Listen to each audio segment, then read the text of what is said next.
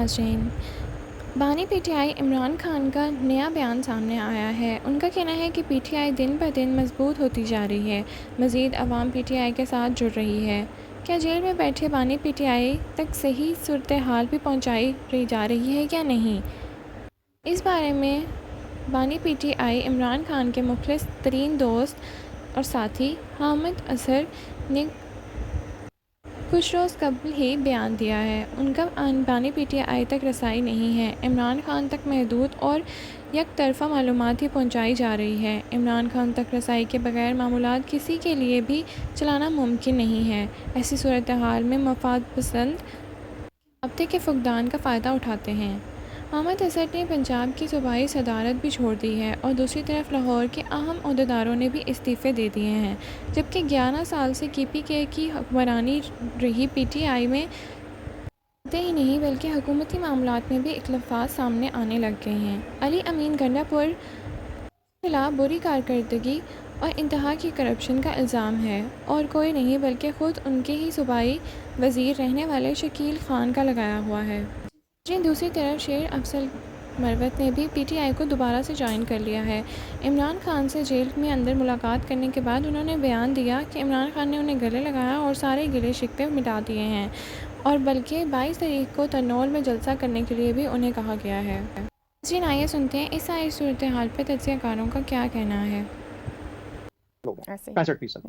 تو آپ کا سٹرکچر، آپ کا معاشرہ تبدیل ہو گیا۔ جب آپ کے معاشرے، آپ کے ہاں یہ سوشل میڈیا، آپ کے ہاں انٹرنیٹ، آپ کے ہاں اویئرنیس آ گئی، یہ سب کی سب آ گئی۔ اب وہ جو بھی لے کے آیا تھا عمران خان کو، جس مقصد کے لیے لے کے آیا تھا، لیکن اس کا جو کیومولیٹو اثر ہے وہ یہ ہے کہ آپ کا ایک معاشرہ تبدیل ہو کے رہ گیا ہے۔ یہ معاشرہ آج عمران خان کا مرہون محنت ہے نا، ہو سکتا ہے کل شاید خاقان عباسی کا مرہون محنت بن جائے۔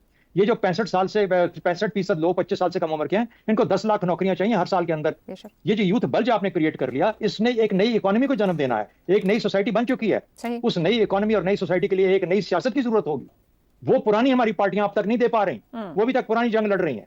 عمران خان ایک ستارہ ہے، وہ پلیٹ فارم ہے جو کہ لے کے آیا ایک نئی سیاست کا۔ اس کی سیاست سے ہمیں 100 اختلاف ہو، کل کو کوئی اس سے بہتر کوئی اور شکل میں کوئی اور شخص، چاہے وہ عشرت عبادی کیوں نہ ہو، پتہ نہیں خدا نہ خاصہ کدھر سے لے کے آ جائے، وہ پلیٹ فارم پرووائڈ کرتے ہیں۔ یہ سب کے سب جو 65% لوگ ہیں اس کی طرف کو چل پڑیں کہ یہ ہمیں غیر روایتی طریقے سے ہماری ضروریات کو پورا کرے گا۔ تو پورے بڑے اس کے اوپر لینڈسکیپ کے اوپر، پورے بڑے کینوس کے اوپر سیاست کے اندر جو ہے ایک ہیجان ہے، جو تبدیلی ہے، وہ عمران خان کی وجہ سے نہیں ہے، وہ اس معاشرے کے اندر جو نئی جوتیں ہیں ان کی وجہ سے ہے، اور ان کو نہ اس وقت پہچاننا ہماری بہت بڑی غلطی ہوگی۔ جب تک ہم اس قید میں پھنسے رہیں گے نا کہ پی ایم ایل این، پی پی پی اور پی ٹی آئی کے اندر جماعت کے بارے میں خوف زدہ کیا جا رہا ہے کہ جو یہ نوجوانوں کا ایک ابھار ہے، اس کو مان لو اور اس کی بنیاد پہ جو کچھ وہ پارٹی کرنا چاہتی ہے۔ کس بنیاد پہ ملی؟ 2/3 بھی تو ملی نا وہاں پہ۔ نہیں، سوال 2/3 ملنے، یہی تو میرا سوال ہے، یہی تو میرا سوال ہے کہ مجھے ڈرایا جاتا ہے ایک بلج سے، ٹھیک ہے، میں کہتا ہوں گڈ، ویری گڈ، میں مانتا ہوں بلج ہے،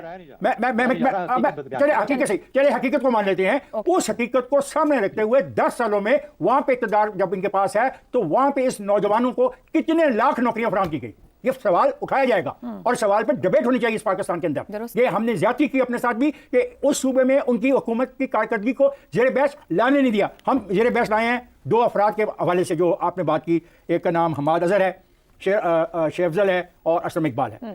پارٹی کے اندر اختلافات ہوتے ہیں اور یہ پارٹی کے اندر اختلافات رہیں گے، لیکن سوال یہ آپ کا کیا ہے؟ آپ پارٹی کے اندر اختلافات کی بات کرتے ہیں، میں آپ کو بتا دوں یہ اختلافات عمران خان کو نقصان نہیں پہنچائیں گے۔ عمران ایک ایسی شخصیت کے طور پہ ایمرج کیا جس کو لوگ چاہتے ہیں، مان لیا۔ ابھی ہمارے آج کی ڈیبیٹ میں یہ بات کی گئی کہ لوگوں نے 9 مئی کے واقعے کو بھلا دیا اور اپنے قدموں پہ چل کے گئے اور ووٹ ڈالے، اور اس کا کوئی سائنٹیفک انالیسس ہمارے پاس نہیں ابھی تک آیا۔ ابھی تک صرف 33 پٹیشنز ہیں اس حوالے سے عدالت کے سامنے جو ٹریبونل بنے ہیں۔ ہمیں جذباتی نہیں ہونا چاہیے اور اس حقیقت کو تسلیم کرنا چاہیے کہ پاکستان کے مسائل ہیں۔ اس حقیقت کو تسلیم کرنا چاہیے صرف عمران برا نہیں ہو رہا، اس کے ساتھ باقی لیڈرشپ بھی بری ہو رہی ہے۔ تو یہ ساری سیاسی پارٹیوں کے لیے میسج ہونا چاہیے نا کہ نوجوانوں کا جو ابھار ہے، اور سارے صوبوں کی بات ہونی چاہیے، ایک صوبے کی بات تو نہیں کی جا سکتی۔ تو یہ ابھار مجھے بلوچستان میں تو ویسے نظر نہیں آتا ان the favour of Imran Khan, مجھے یہ ابھار تو نظر نہیں آتا اس کے سندھ میں in the favour of mister Imran Khan. تو بڑے ایک سوال میرے ذہن میں آ رہا ہے، آپ کی گفتگو، شہزاد صاحب کی گفتگو، آپ اس کو ایڈریس کریں کہ پچھلے 8-10 سال میں ہم نے بیانیے کی جنگ اور سیاسی ہیجان کی شدت دیکھی ہے، وہ یوتھ بلج کی وجہ سے؟ نو، پھر کس وجہ سے؟ میرا پوائنٹ یہی ہے، آئی رسپیکٹ یوتھ بلج۔ میں اپنے زمانے میں نوجوان جب تھا تو میں ایسی انقلاب کی بات کرتا تھا، سوچتا تھا، نتیجہ ہے کہ آج میں مزدوری کرتا ہوں اور آج مجھے فارغ کر دیا جائے تو کل مجھے مزدوری شاید نہ ملے۔ میری بات سنیں غور سے،